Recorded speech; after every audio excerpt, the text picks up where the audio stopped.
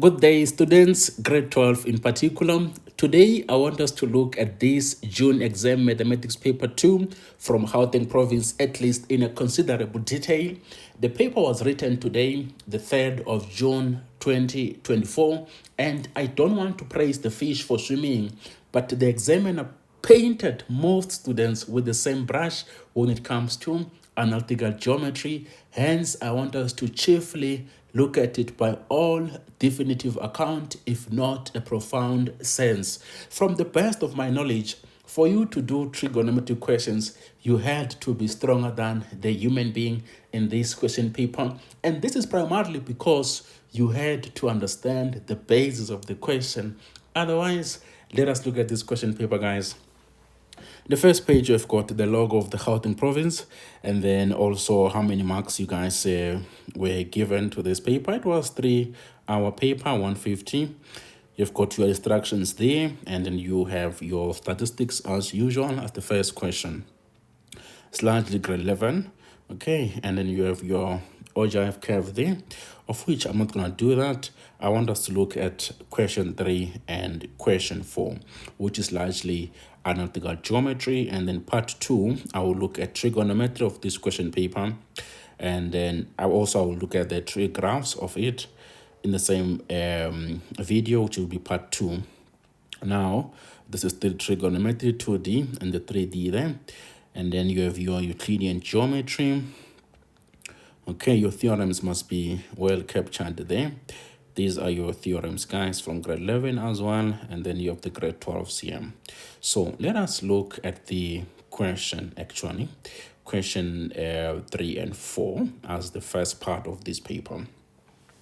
Now, they say to you guys in the diagram below, the equation of the line AD, you've got the line AD. Let me try and mark it. This is the line AD there. You are given the equation of that particular line, which is 2y plus x equals to 11. And then M there is the midpoint of the straight line joining B and C. So M is the midpoint of what, guys? Of BC. Just right there. Now, the angles of inclination of AD and BC are alpha and beta respectively. That means beta, that is the inclination of what? Of BC. And then alpha is the inclination of AD that you are given respectively. E and F are the y-intercepts of the line AD. Okay, let's look at E and F. These are the y-intercept of the line, the AD there, and BC respectively. Okay, now they say calculate or determine the coordinates of B. So B, it belongs to the line BC, and then you have its midpoint, which is M. So this is more like a takeaway question in the exam, of which I want us to really look at it together. Let's do that. I'm going to say that the first question, 3.1, we want to find the coordinates of B. So I'm going to say that because I'm given the midpoint, M. Okay, so let me say that the x of the midpoint would be equals to the x at B plus the x at C. You divide this by 2. And similarly for y, you will do the same thing. So now it's a matter of substitution. The x at M is 1, that is equals to x at B, which is A, plus the x at C, which is 3 there, over 2. Now you need to solve the value of A. That needs algebra. So that is going to be 2 equal to A plus 3. You take away 3 there. So you're going to get -1 for the value of A. Similarly, like I said, for the B value there, I'm going to have the y now. The y at M, that would be equals to the y at B plus the y at C. I divide these guys by 2. What is now the y at M? The y at M is -1. That is given just right there. The y at M is -1. All right. And then that is equals to the y at B, which is B there, plus C, plus the y at C, which is 4. You divide this by 2. you multiply throughout by 2, you get negative 2 equaling to b plus 4. And as a result, you guys are going to get b is equaling to negative 6. Therefore, the coordinates of b is going to be a, and a is negative 1. So you have negative 1 there and the negative 6. You guys can see that that fits perfectly to be negative 1 for the x value, and then the y value, it fits to be negative 6. Okay, now let us look at the next question quickly. The next question, they say calculate the gradient of BC, determine the gradient of BC. So now you want to find the gradient, guys, of BC. I don't think this is going to be a bit complex. Now that is going to be the y2 minus y1 over x2 minus x1. You are now looking at BC. Okay, so the y at C, that is 4 minus the y at B, that is negative 6. You divide this by the x at B, which is negative 1, right? And then, I mean, the y at C, remember, not to switch the direction there. So that means it's going to be 3 minus the y at B there, which is going to be negative 1. And then as a result, you get 10 over 4. Okay, and then that gives you what? That gives you 5 over 2. If you try to simplify that nicely, that is how you will get that 2 marks and the 3 marks for the first question. Now, the next question, which is 3.3, they say determine the size of theta. So let us look at where theta is actually. So this is the theta here. So if you look at the theta there, they give you some nice angle there, which is your beta. Look at the beta there. Look at your beta there. And then if you look at your alpha as well, these are the angle of inclination. And you were told that these are the inclinations. So the best thing to do now will be to get the angle of inclination, because the alpha forms the exterior angle of a triangle. The triangle will be DC and the where the beta is there. Okay, so now let me find the angle, but to 1 decimal places. That you must rate as an instruction, beautiful people. So now allow me to find the beta there.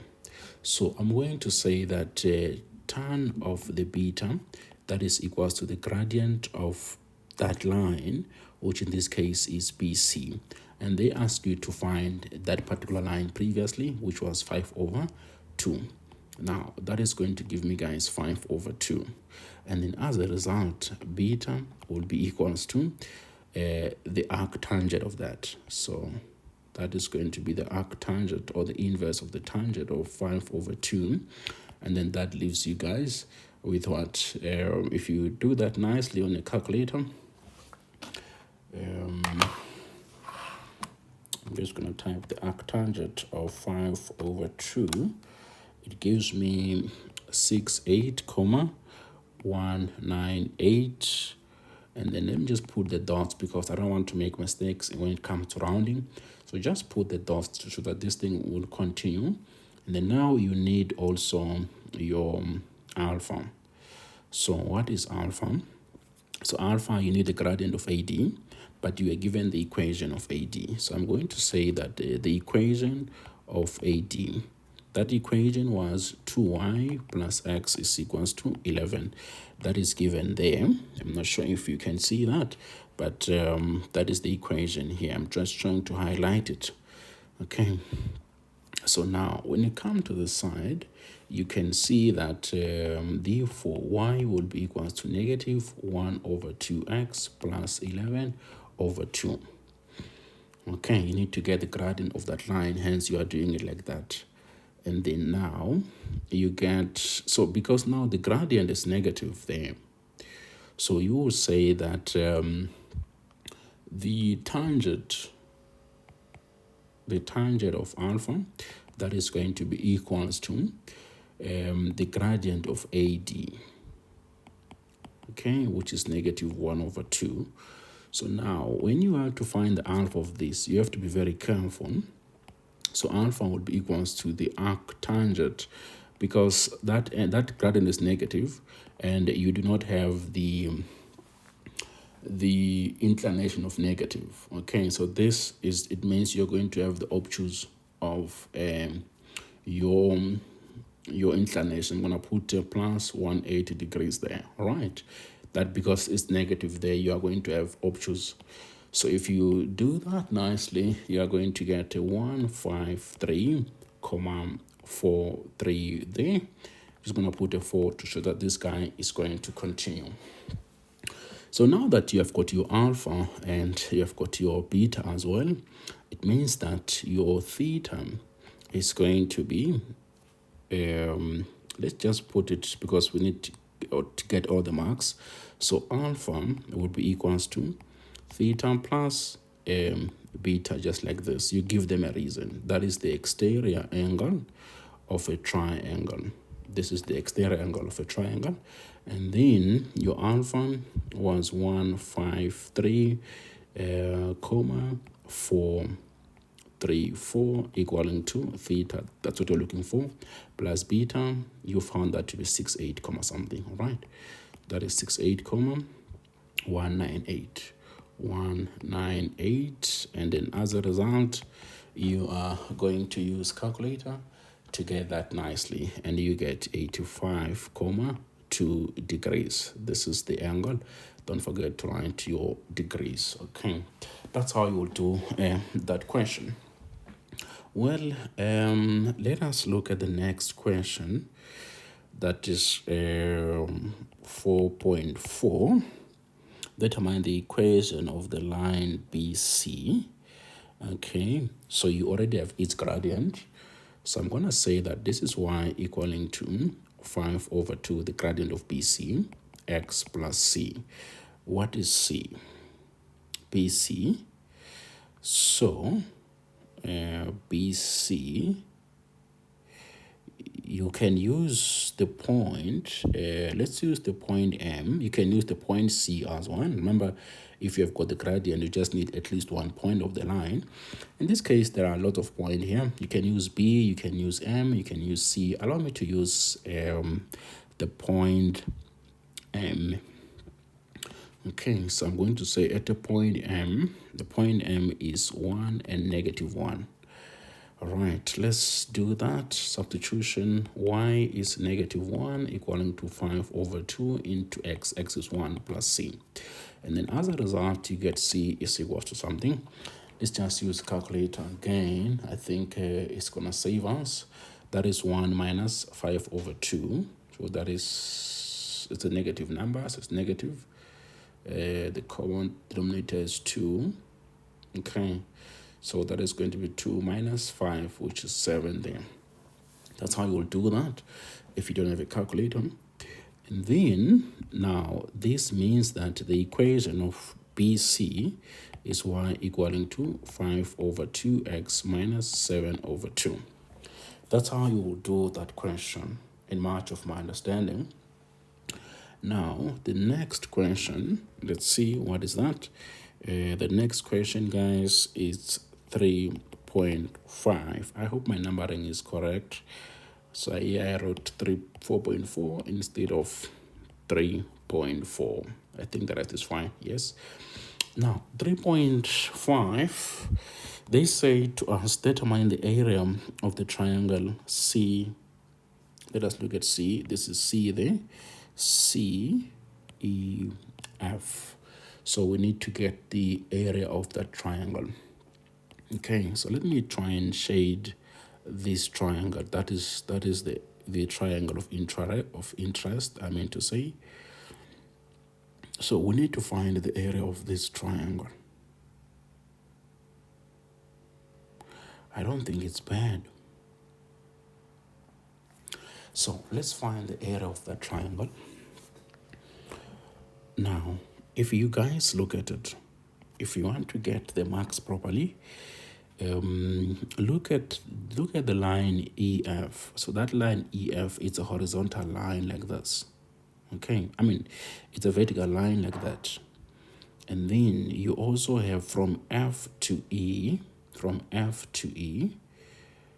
There we go. I'm just going to redraw this. And then you also have a straight line there. Maybe let's just do this. And then we do that.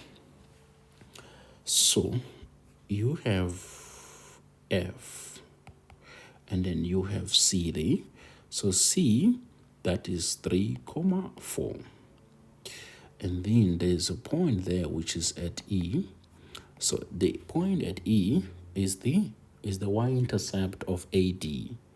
So if you put x as 0, you're going to get 11 over 2 in that equation when you solve for x. So that means the coordinate of E, it is the y-intercept, which is when x is 0. And that is 11 over 2 from that particular equation there. And then this equation of BC at F is the y-intercept. So F, what is the coordinate of F? It's the y-intercept of the previous equation. So when x is 0, y will be negative 7 over 2. Remember, at F, x is 0, and then y is negative 7 over 2. Okay, you want to find the area of this triangle. But think about it in this way. You already have got this angle here. Okay, so you have that angle. That angle, you found it to be, what was it? It is theta. Theta is 85,2. So that is 85,2 degrees. That means you can find this angle. Okay, that means you can find that angle. Is the sum of angles on a straight line. Okay, so you can find that angle.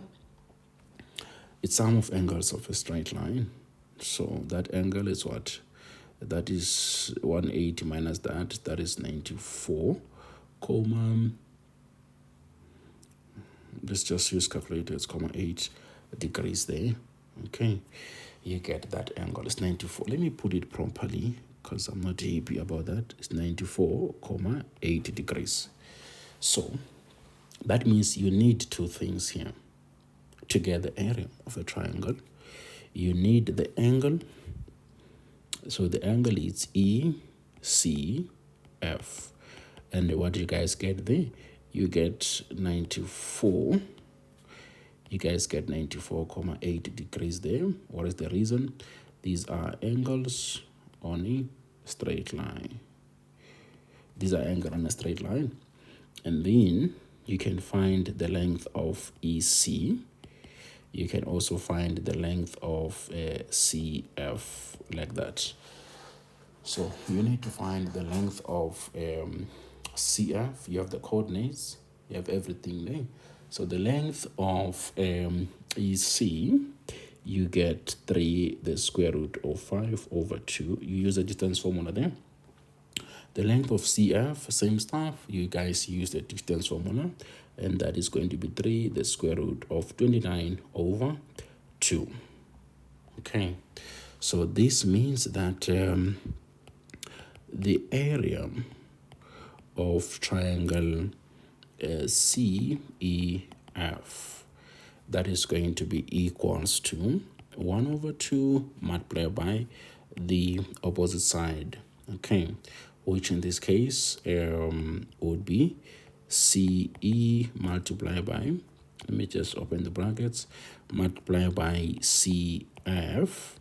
You need to multiply this by the sine of the angle, which is E, the CF. Now, you substitute what you guys have at hand, which is 1 over 2 multiplied by CE, and that is 3 the square root of 5 over 2 multiplied by, that will be 3 root of 29 over 2, the length of CF. And then now you've got the sine of that angle, which is 94,8. So you get 94,8 there. And then you type that nicely on the calculator. You guys get 13,5. This is the length, this is the area. Okay, so you must write unit square. Okay, guys, you get a unit square. That's what you guys have if you were to really do the area of the triangle, and this gives you guys 15 marks overall. Now let us look at the next question, which is question 4. I'm just gonna have to write here question 4. I'm gonna be very fast, just listen very carefully. Question 4, we have done the grade 11 part of it. Now we are looking for the grade 12 part of it. Let's check. What are they saying? Question 4, this is the diagram below, shows a circle with a center P and equation is that one. So you're given the equation, guys, which is what? Which is x squared plus y squared minus 6x minus 4y is equals to 12. That at least is given. Now this is the circle cuts the y-axis at R and S. Okay, at R and S. That's where the circle cuts the y-axis. RT. So that line there, they're saying is a tangent to the circle at the point R, and the point R is not given. And cuts the x-axis at T. So that tangent, it cuts the x-axis at T. The angle theta, which is this guy here, that angle theta there, guys, is measured. Okay, so what is the question?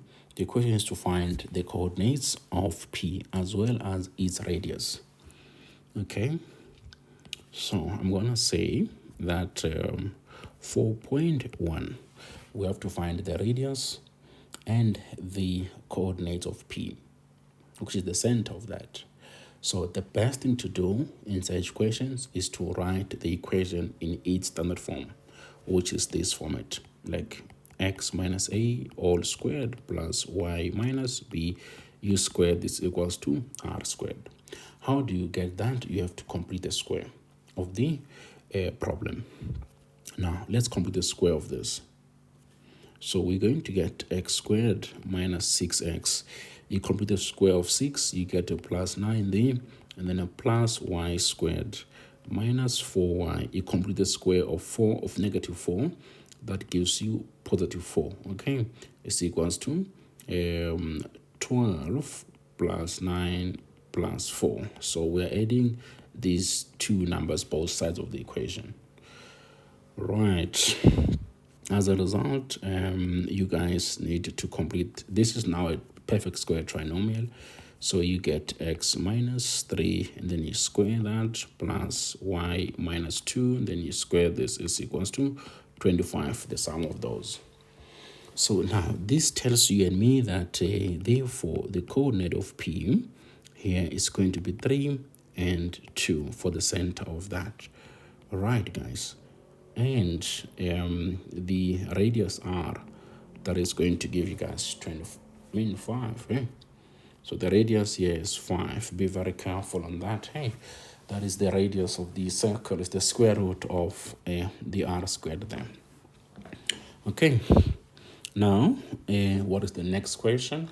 The next question is to show that the coordinates of r is 0 and 6. Okay, so 4.2, we must prove that the coordinates of r is 0 and 6. I'm going to say that at r, x is equals to 0. That means in the whole equation, whatever there is x here, I'm going to put 0. So I'm going to have 0 squared plus y squared minus 6, 0 minus 4y equals to 12. So basically the x will go. In this case, you will be left with y squared minus 4y is equals to 12. Now, it's a nice quadratic equation. You bring 12 to the other side, and you have to factorize that nicely. That gives you y 6 and 2 to get to 12 and a negative 4. This has to be negative and this has to be positive. So therefore, y is equals to 6 or y is equals to negative 2. So that means at S, you are going to get a negative 2 there for the y value. So remember, you have to prove that r there is 6 and 0. So let's conclude now that therefore r is 0 and 6. That's how you would do that. All right. So the next question, 4.3, determine the equation of the tangent RT in the form of y equals to mx plus c. So we have to get the equation of the tangent. But now the tangent is always perpendicular to the radius. So that means now RP is perpendicular to the tangent RT. So how about if I get the radius of the gradient of the radius RP. So you have got the coordinate of R now, which is 0 and 6. And you also have P, and that is 3 and 2. Now, let me get the radius of this, the gradient of RP, which is the change in Y over the change in X. So you guys get 6 minus 2 over 0 minus 3 for that. Okay, and then that gives us what? That is 4 over negative 3. So you get negative 4 over 3. Now, the gradient of RT, which is the tangent now, it has to be the negative reciprocal of that one, which is positive 3 over 4. You can give them a reason that RP is perpendicular to what now? To RT. That's why you are giving them that gradient. Okay, so now it means that you have y equaling to 3 over 4 x plus c at a point R. Okay, because that's where the tangent is. So you can substitute the point there, which will be 6 equaling to 3 over 4 into 0 plus c. Therefore, c is going to be equal to 6. In fact, if you look at it, there was no need for you to find the value of c. C is the y cut of the straight line, and it's at R. So therefore, now y equaling to 3 over 4 x plus c, which is 6 in this case. So that is the equation, guys, of the tangent RT. Cool. Now the next question, which is 4.4, they say determine the size of theta. So look at where theta is. So that is a very nice triangle if you guys look at it like from the bird's eye view. Now, if you look at this triangle, which is ROT, so this triangle, if you look at it, you will see that theta is the exterior of it. So theta is the exterior of that angle. But you and me know that that angle there, that angle here, is going to be called the inclination. So that is the inclination. Okay, it's the angle between the x-axis and the line. So let's find that angle, because at O is 90 degrees.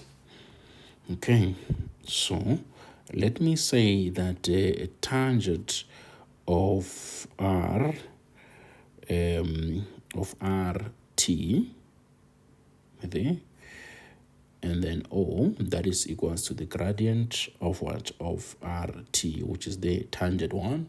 And then what do you guys get there? You get 3 over 4. So now you need to understand the inclination, how it works. I can find that angle now quickly. to say that this will be RTO, and then that equals to, it's an acute angle. It's 3/4 because it's positive. And then let's see, what do you guys get there? Let me use my calculator wisely to 1 decimal places. So it's arctangent of 3/4. I'm getting 36,9. So that is 36 guys, 9 degrees. That is an angle. So therefore, now theta is equals to 90, which is angle at all, and then a plus that angle there of what, of 36,9 degrees. You give a reason there, is the exterior angle of a triangle. So theta now, if you add 90, you get 126. You get, guys, 126,9 degrees. So that gives you the value or the size of theta there. That's a very interesting question right there. So theta was 126,9 degrees. Well, let us look at the next question, which is 4,6. Oh, I mean 4.5. 4.5. I didn't do that. They say that a vertical line is drawn as a tangent to the circle, okay, to the circle P there at Q, where the x value at that is positive. Write down the coordinates of Q. Now, let me draw a tangent, maybe a vertical line. This is a vertical line. I'm aware that let me make it a bit bigger, this tangent. Okay, maybe also give it this line. So now if you look at this line here, that is a secant. It's drawn vertically. Let me make it vertically. So now if I play inside, that line becomes a secant, but if I draw it here, it becomes a tangent. But where I'm at now, the x value, guys, is what is negative, and they're saying the x value there must be positive. So that is the guiding factor there. Okay, that it must be positive. So now the positive, it is just after the origin, but it must be a tangent. I'm just gonna put it here to make it a tangent. Okay, so they are saying there is a coordinate there, which is Q, which is A and B.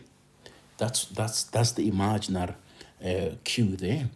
All right. So if you guys look at it from the bird's eye view, you will see that when you draw a horizontal line like this to that, you are going to get a radius of 5, a distance there. It's a radius, by the way, because it's the distance from the center to the circumference there at Q. So that means that this distance of 5 is the x value.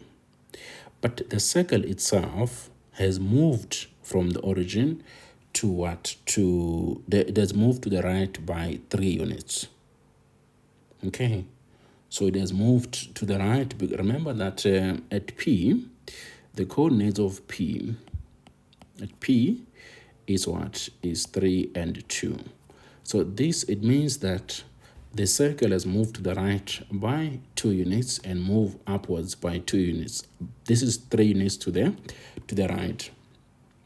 And then 2 units upwards. So now, to get the coordinate of Q, beautiful people, Q will be equals to 5 plus 3, and then 2 remains constant because it's the horizontal line there, which is going to be 2. Therefore, Q, guys, becomes 8. The point of Q there, it becomes 8 and 2. That is much of my understanding of that question. Okay. Now, let us look at the next question. 4.6. They say that for which values of k will this line here be a secant to the circle? Okay, well, for which values of k will that be a secant to the circle?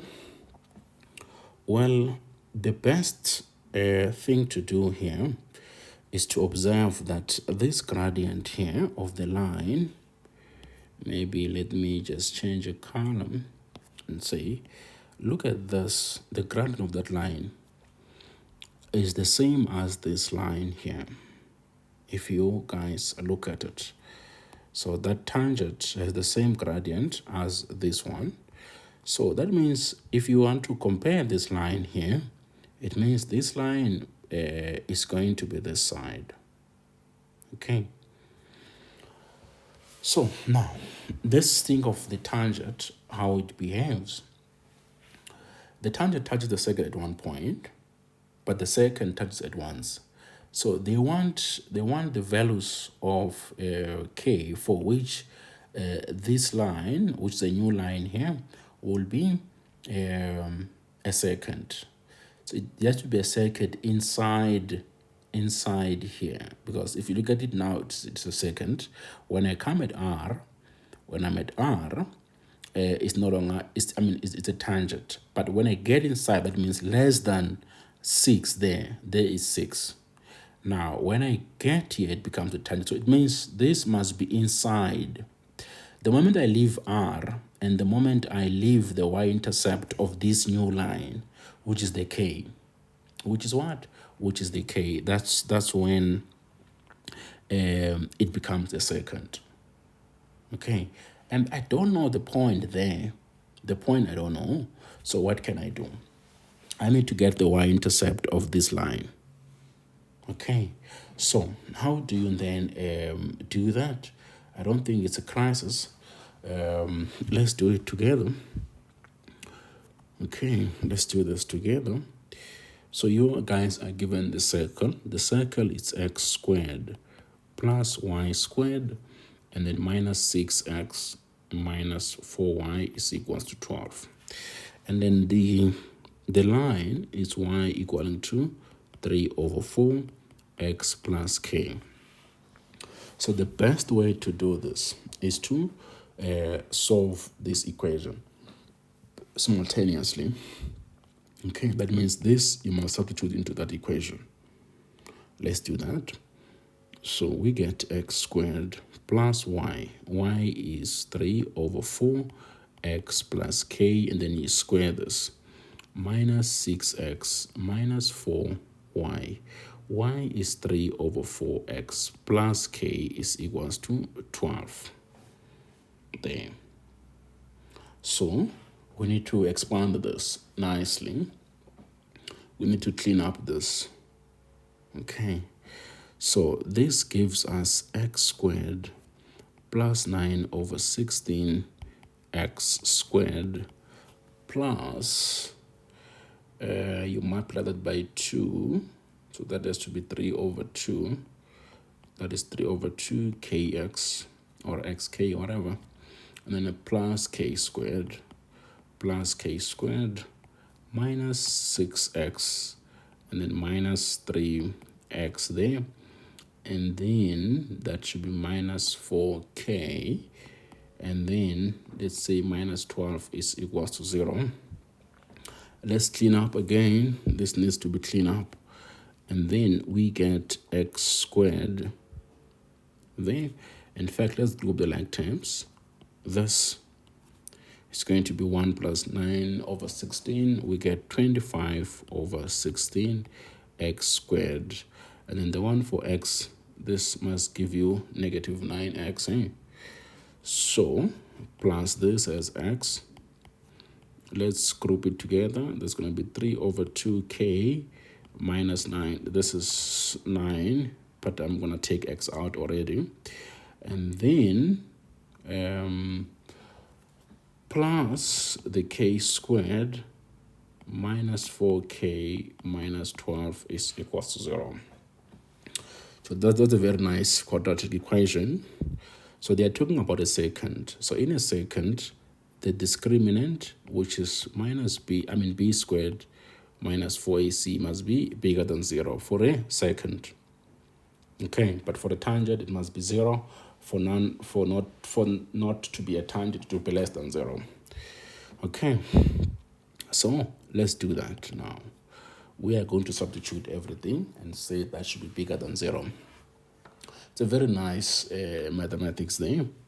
Let's do that. B is 3 over 2k minus 9, and then I square this minus 4a is 25 over 4 multiplied by c. So c is k squared minus 4k minus 12 bigger than 0. And then now the algebra should be taken care of nicely here. Okay. So if you do algebra, you get 9 over 4 k squared, and then minus 27 k plus 81 there, and then minus 25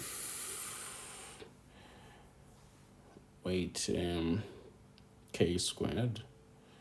So that should be 25